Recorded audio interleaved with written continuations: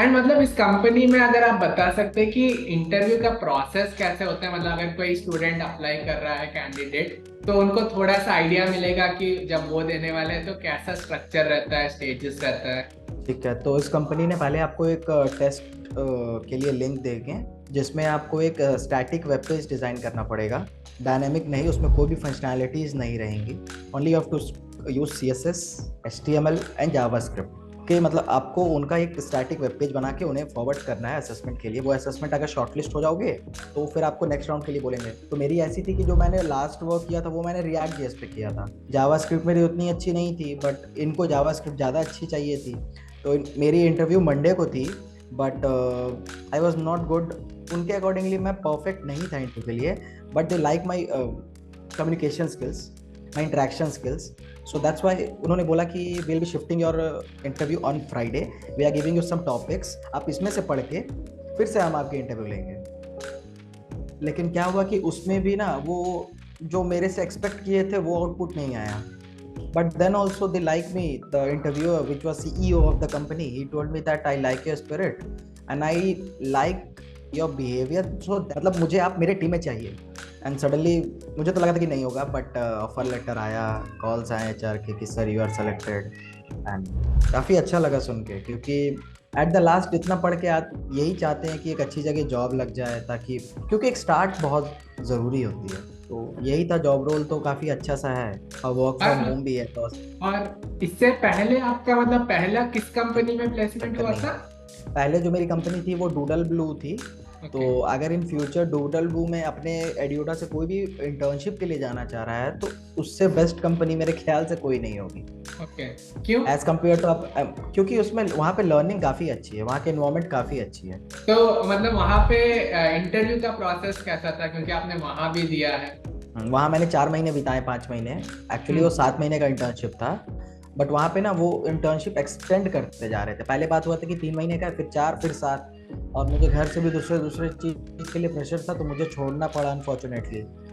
तो बस वहाँ पे पढ़ने के लिए, मतलब internship is kind of thing, you are going and learning something as उस ऑर्गेनाइजेशन का पार्ट होके। वो लोग आपको अपनी सारी डिटेल्स बताएंगे कि किस प्रोजेक्ट्स में काम करते हैं, किस टेक्नोलॉजीज में काम करते हैं। और जब आप ऑफिस जा रहे हो रेगुलर, तो आपको ये भी पता चलेगा कि आपसे जो ऊंचे हैं, आपसे जो सीनियर एम्प्लॉयज़ हैं, उन्होंने क्या किया। आज उनका पैकेज अगर आपका 4 लाख है, उनका 10 लाख है, तो वो कैसे पहुंचे। तो आप उनसे गाइडेंस लोगे, उनसे हेल्प लोगे, फिर लेके आप ऊपर तो सबको ही जाते हैं, बट एक ऑफिस एनवायरनमेंट बहुत ज़रूरी होता है, जो डूडल भी प्रोवाइड करती है। ओके। एंड मतलब इंटरव्यू का प्रोसेस कैसा था वहाँ? सो डूडल ब्लू में मेरे 2-3 राउंड्स हुए थे। तो पहले राउंड थे एप्टीट्यूड, जो मैंने क्लियर कर लिया, क्योंकि एप्टीट्यूड मेरी कॉलेज से काफ़ी अच्छी थी। तो अच्छी मतलब ठीक ठाक थी, एक नॉर्मल से ठीक रहती है। दूसरा था एक उन्होंने टेस्ट दिया था आई थिंक, तो टेस्ट में भी मैं क्वालिफाई कर गया था। और फिर उनका इंटरव्यू राउंड था, तो इंटरव्यू राउंड में भी उन्होंने कुछ कुछ क्वेश्चंस पूछे जो मैंने बता दिए थे, बट 50-50 था। और मैंने उन्हें यही बोला कि सर, जिस क्वेश्चंस के मैंने आंसर नहीं दिए, actually I was learning right now, I am in a learning period, so if you will give me some time I will definitely cope up with all the things and I will be fit for your job. तो उन्होंने फिर ये मेरी बात सुन के फिर मुझे job में रख लिया।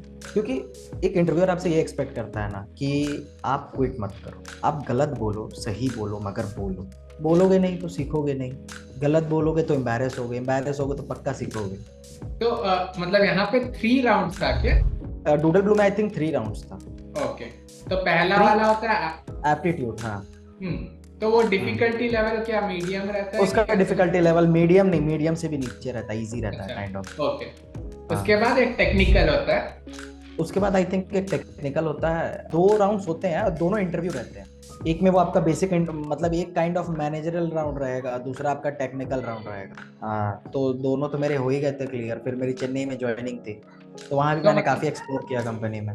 जो आपने पढ़ा था एडियोडा से वो वैसे ही रिलेटेड पूछ रहे थे कि कैसा था? हाँ, वो रिलेटेड पूछ रहे थे। एक्चुअली एडियोडा का जो कॉन्सेप्ट है ना, जो मैंने देखा है, अगर आप यूट्यूब से डायरेक्ट जाके पढ़ते हो तो आप कुछ भी पढ़ रहे हो। लेकिन एडियोडा में क्या है ना, एक पर्टिकुलर समराइज आपको एक चीज़ मिलती है सजी सजाई, जिसको आप पढ़ लो तो फिर आपको कोई रोक नहीं सकता है प्लेसमेंट्स के लिए। ठीक है, मतलब जैसे मैं कैसे बताऊँ, मतलब एक रिलेटेबल थिंग्स, मतलब आप एक्स्ट्रा जंक्स अपने ब्रेन में स्टोर नहीं कर रहे हो। जो ज़रूरी है सो पढ़ो, जो पूछा वो आपने पढ़ा है तो आप बता ही दोगे।